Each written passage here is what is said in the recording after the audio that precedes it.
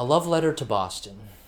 I moved to Boston 2 months ago, and there's a lot I want to say, but haven't yet because it sounds too saccharine, too naive, too sentimental. I want to talk about how I've dreamed of living in a big city since I was 8, young mind taken by the endless potential of human proximity, imagination running wild through seedy alleyways, bustling train stations, public libraries, standing triumphant upon gleaming skyscrapers, gabled rooftops, crumbling bridges, gorging itself on greasy cookies, greasy pizzas, greasy stir fries,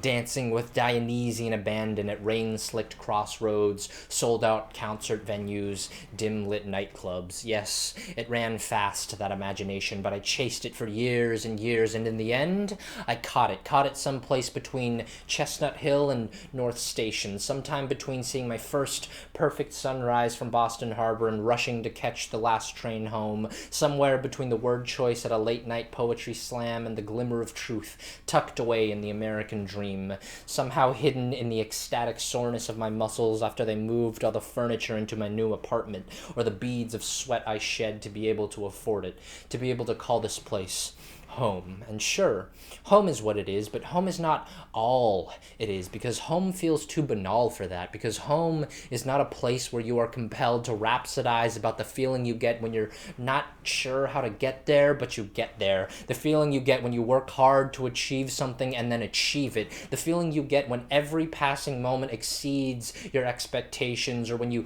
lay your head down at night and you're proud of what you have accomplished, and so you cling to that half-lucid state between waking and dreaming because you don't want to fall asleep just yet, because your dreams got nothing on your reality, because who could have dreamed of the pleasure of bearing witness to the vastness of the great Atlantic, or doing card tricks outside a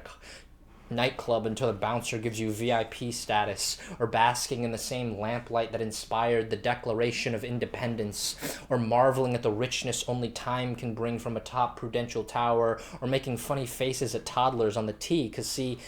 they don't have trains where I'm from, so it took me until now to understand Petro when he said, a developed country is not a place where the poor have cars, it's where the rich use public transportation. And yes, my car's been towed twice since I got here, and I've gotten triple as many parking tickets, but I would do it all again just to feel the elation I felt after I went to the RMV and got my vehicle registered properly. Like, yes, I live here, and now I got the paperwork to prove it. Official government documentation attesting to the rhythm of my heartbeat, incontrovertible legislative evidence verifying the culmination of my efforts, formally manifest as words and wishes now wrought in ink and metal. So just as I bear witness to this city, so I ask you to bear witness to me as I say all the things I've wanted to say but haven't yet. These things that beat against the riverbanks of my ribcage like so many insistent raindrops, each one rippling in my bloodstream until these riverbanks could no longer hold them, and so they burst forth at last, flooding my body from stubbed toes to split ends with glorious affirmation. Because sure, wounds take time to heal, but aspirations take time to ripen, and the deeper they grow their roots, the longer they extend their branches, the sweeter their nectar tastes. And so it is no accident that to aspire means both to hope and to breathe, because we need both for our survival. Yes, I am surviving the way the Torah survived Abraham, the way the pyramids survived the pharaohs, the way Armstrong's footprint survived the lunar landing, surviving in Boston as Boston survives in me, in the form of countless quiet moments and countless loud ones, some gentle, some breathless, some splintering under the weight of generations, some raw as an uncut umbilical cord, some begging to be said, others begging to remain unsaid. But I have said them nonetheless, and now that I have said them, perhaps you think I am looking at a broken world through rose-colored glasses with doe-eyed idealism, and perhaps I am, but at least I will have said them. Because see,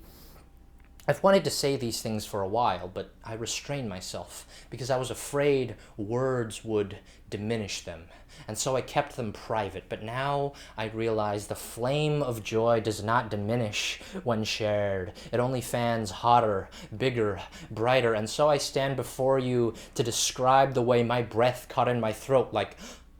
when I first saw the moonlit horizon eclipsed by sparkling towers of terrestrial starlight, or the goosebumps that spread on my arm when my car came round Memorial Drive and the full splendor of the Boston skyline was suddenly captured within the confines of my windshield, or when I crossed the threshold at Chinatown's gate and happily paid in cash to abet tax evasion, or when I was sitting above the Charles and my happiness bubbled up and spilled through my lips as laughter, because smiling was insufficient, because it had to make itself known to the world as something more than something more, because I felt so whole I wanted to break something, and there was nothing to break